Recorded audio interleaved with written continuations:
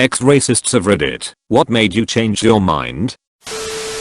Education. I grew up in the deep south. I mean, 20 years of my life was spent on the same exact street that my family has lived in for over 100 years. I went to public school K-12. So I basically grew up with the same people around aside from the occasional new student who made the questionable decision to move there. When we all graduated, we all went to the same exact community college. I just got tired of it. I made the decision to move north to go to college. One of the first courses I took was a sociology class about our country's perspectives on different races. It instantly opened my eyes to how racist I truly was. I had been raised in it, genuinely brainwashed into the ignorant thinking that rule racist attitudes. I had never even stopped to ask myself if I were a racist until that class. It was then that I came to the hard conclusion that I was racist, homophobic, and sexist. I'm female and I had some harsh attitudes toward how a female should behave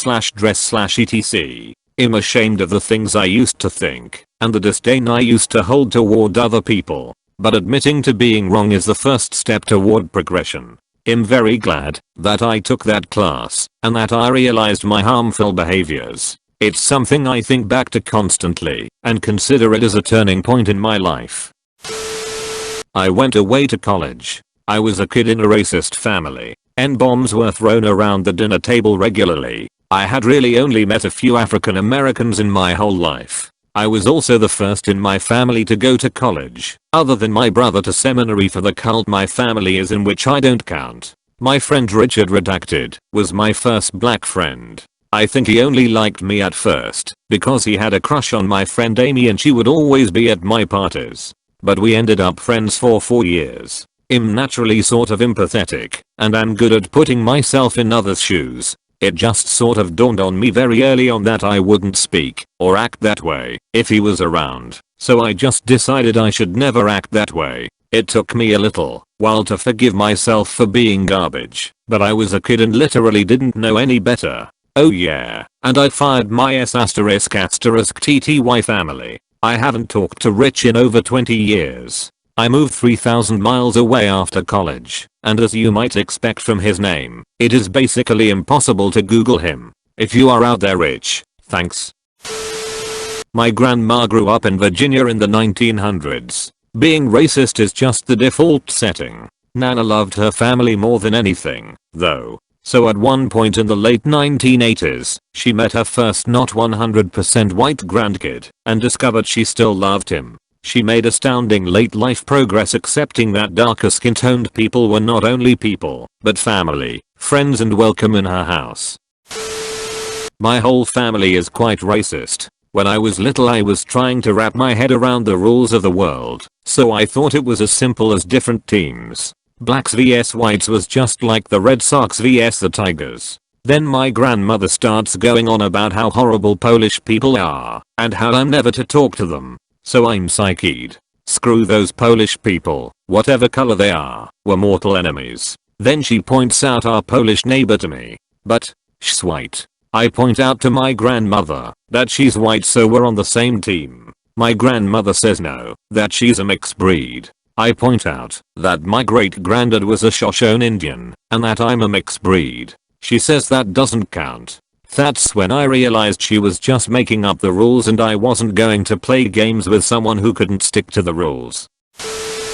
I never made the choice really to be racist, but I grew up in South Mississippi and my family wasn't overtly racist, but they were the kind to say racist things behind closed doors and didn't allow us to watch TV shows such as The Cosby Show or Fresh Prince and definitely no rap music in the house. I absolutely fell in love with a lot of black artists in the early 90s. I loved the hip hop scene at the time and holy yes **T Fresh Prince was the best sitcom on television. I played football with 80% black guys and worked at Pope's Chicken with over half the staff being black. I guess you can say my own real world exposure despite their attempt to shelter me changed me. I cringe at some of the vernacular I used in my early youth, as the N-word was the same as black in my house. I literally was not raised to know that was a bad word. I'm glad that from the age of maybe 12 on I learned to love all people on my own. My uncle used to be the most racist person I knew and it drove me crazy, but he is an old white man and set in my ways, is what he would say when confronted. It all changed the day his great-granddaughter was born. His granddaughter had married a black man, and he was unaccepting until that baby was born. She had him wrapped around her pinky finger from her first breath. Since then there are several mixed children in the family. It's awesome to see the difference in his behavior. He genuinely loves them all, and accepts the racially different spouses of his grandchildren and their children. If he hears anyone being racist he shuts it down. College roommate was Muslim. Definitely was not a terrorist. Kinda already knew my paps was wrong about that. But when you live with someone for an entire year it takes you from kinda already knew to holy s asterisk asterisk g. That way of thinking is f asterisk asterisk ked up. Not myself, but many former racist, or at least, now less racist, friends of mine were able to have their minds changed just by simple exposure, especially to non-whites, that didn't fit the stereotype. At first, it starts that they are just one of the good ones. But after a while, when they meet enough good ones, they start to realize that the good outnumber the bad and their racial worldview starts to crack. Doesn't work on them all, though. Some are racists due to education and esteem issues, but many are racist simply from lack of exposure to other races, only having what the media/environment they live in tell them to fill in that gap. A guy I worked with said he was neo-Nazi as a teenager and ended up in prison somehow. He hated Jews for some reason, and blacks. He was never clear on why, just that he had so much hatred in his heart, and that was his outlet. He was in prison for many years. I think he almost killed somebody by beating them up. So, many years later, and in prison there was a mentor type staff there, and this one lady was so helpful to him, and she cared about him so much that it really started to get into his head the idea of being a positive person. Then, he learned that she was Jewish, and he said he couldn't believe she was so kind and caring despite the fact he was a claimed neo-Nazi. From that day he swore to be a better person. He learned his lesson. He's a pretty great guy these days, doing his family thing and making sure his son grows up with lots of love and all that he didn't have. Really remarkable great guy.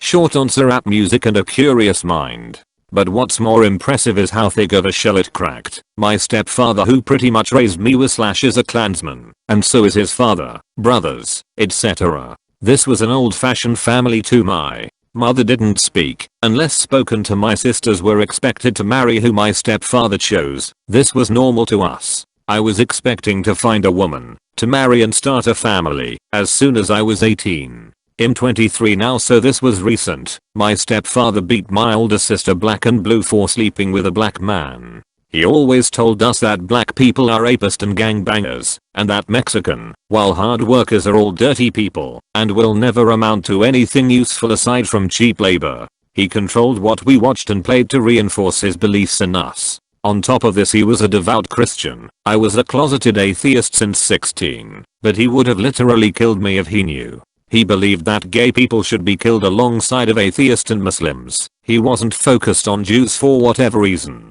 I had never met a person of color until I was 17, so I never experienced anything firsthand to contradict what I was told. Sometime in my late teens I discovered rap and was obsessed. First song I heard was by Tupac, and I was obsessed. Well, as I learned more, it led me to Martin Luther King Jr. and what he did for people of color. At some point I broke down crying because I realized everything I was told was a lie. When I realized I was an atheist, I decided I couldn't operate under my old mind. Said so I needed something to replace it, and decided to go with a speech that broke my hatred. I decided I would judge everyone based on their actions, not the color of their skin or who they prefer to sleep with. Good case could be made that I was racist as a kid when I was raised by and surrounded by racists for my entire childhood. Stopped pretty quick when I joined the army. Since I got out of that small *****THOLE southern town echo chamber, experienced we were all equally ****TTY in Uncle Sam's eyes, watched another recruit get ftad for calling another recruit the N-word, witnessed a drill sergeant yank two recruits out, and smoked the ****T out of them for flashing gang signs, and just generally got the idea that racism and tribalism was incohesive and destructive. Didn't fully stop for a while longer, though. Took decades to quit hearing my dad or mom in my head when I saw a black guy go down the street, going watch out for that N. ****T is pervasive about being the first thing that pop up on reflex in your head. Squash it the next, but it still was the first for a while.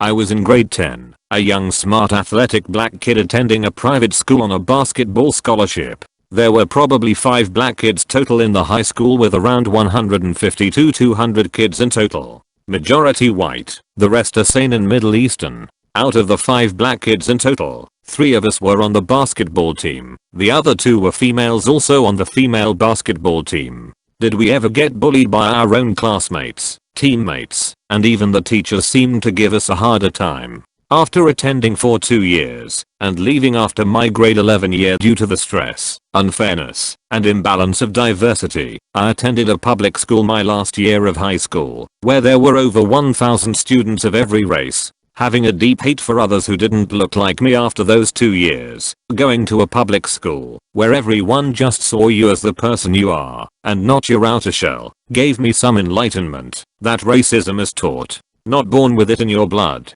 My mother told me that I would see a huge change in culture, for the better, and that kids in public school come from different classes, low, middle and upper.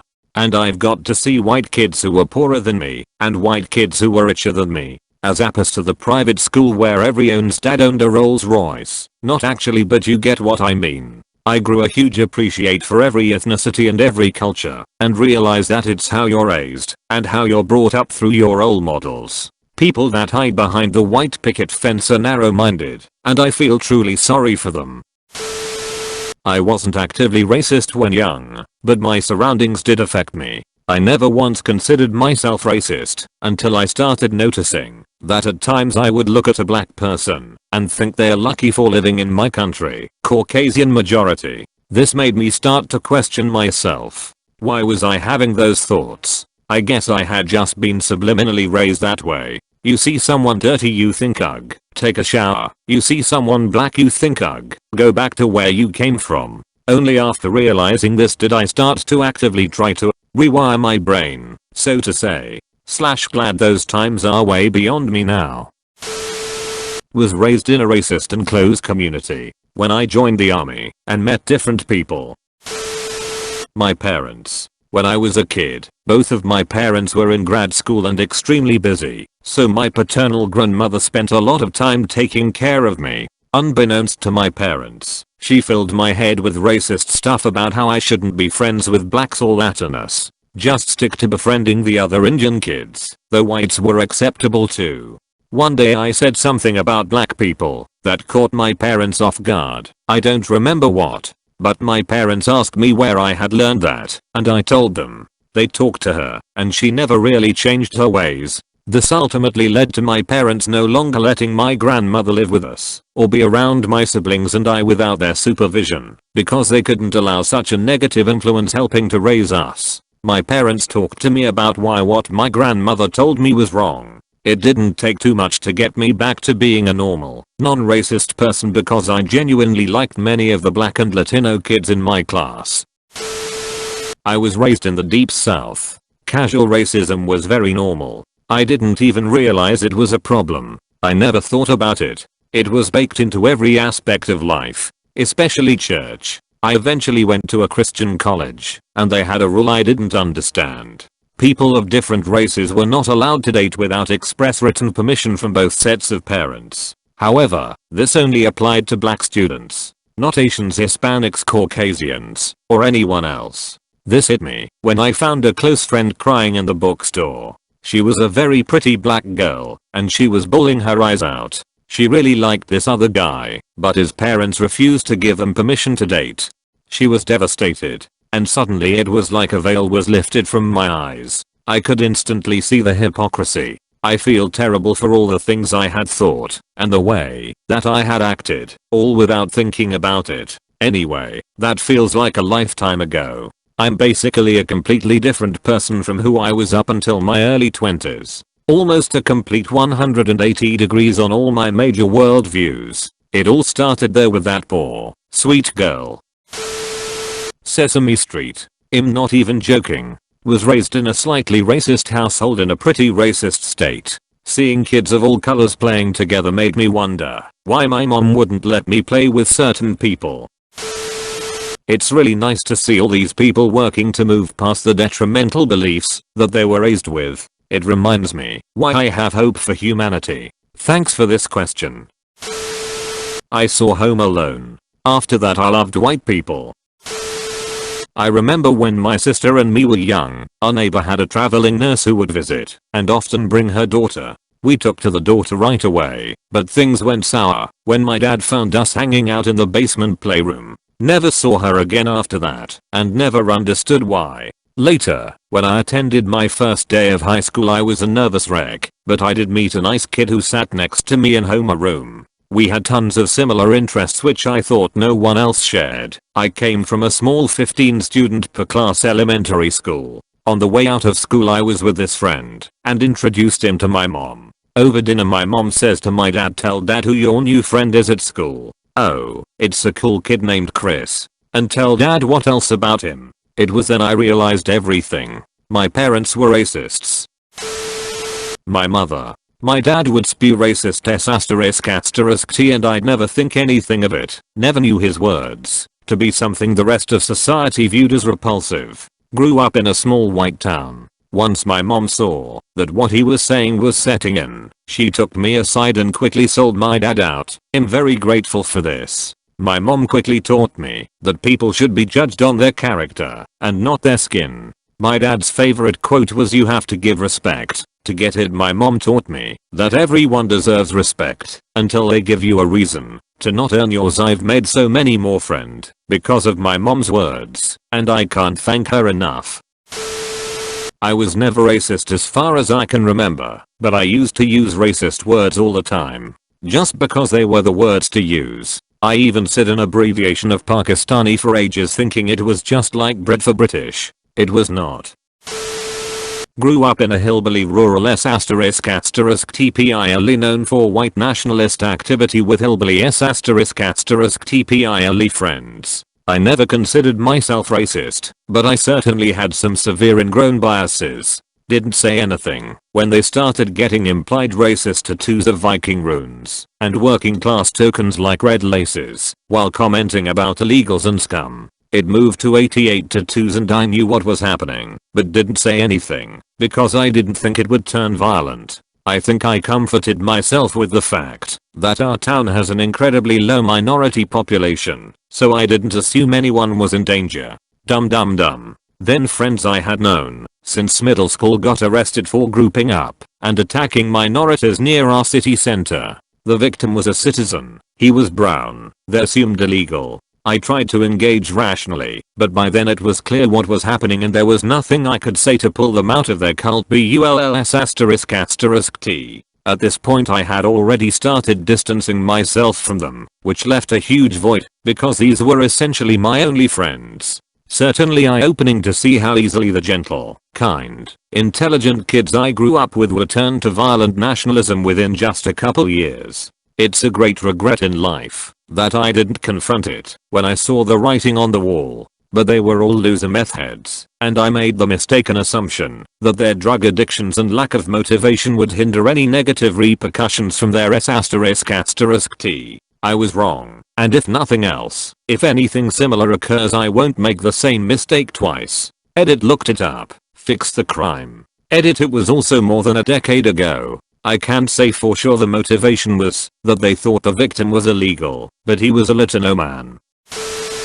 I grew up learning that Martin Luther King was a domestic terrorist and that there was a strict racial hierarchy within ***S being at the bottom. I knew in my heart it was wrong, even from a young age. but it also led to internalizing some ideas that were very wrong. I grew out of it at different points in my life. When I was in elementary school I played basketball, but I hated losing. One day after a game I was crying because I had lost, and a young black boy named Joe came up to me and consoled me. We would soon become good friends and that destroyed any immediate fear I had of black people. By the time I entered college I had many friends of different backgrounds, but I still internalized negative ideas that I didn't know were wrong. In my eyes, Black History Month or Black Lives Matter was counterproductive and didn't make sense. It would take a college education and learning how black history was systematically overwritten and destroyed, and how our criminal justice system is truly unequal even to this day, that I understood the importance.